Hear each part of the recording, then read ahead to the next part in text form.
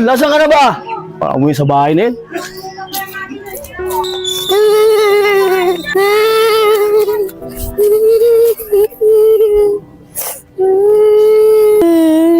Bakit naman ganito? Napahiya pa kay Kylie.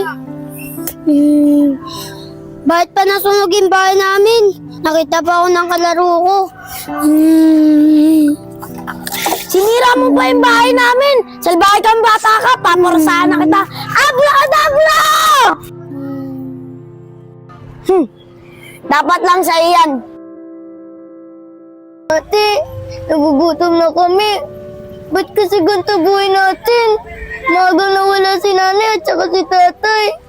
Oo nga, ate. Sakit na tiyan ko. Gutom na ako. Oo nga, ate.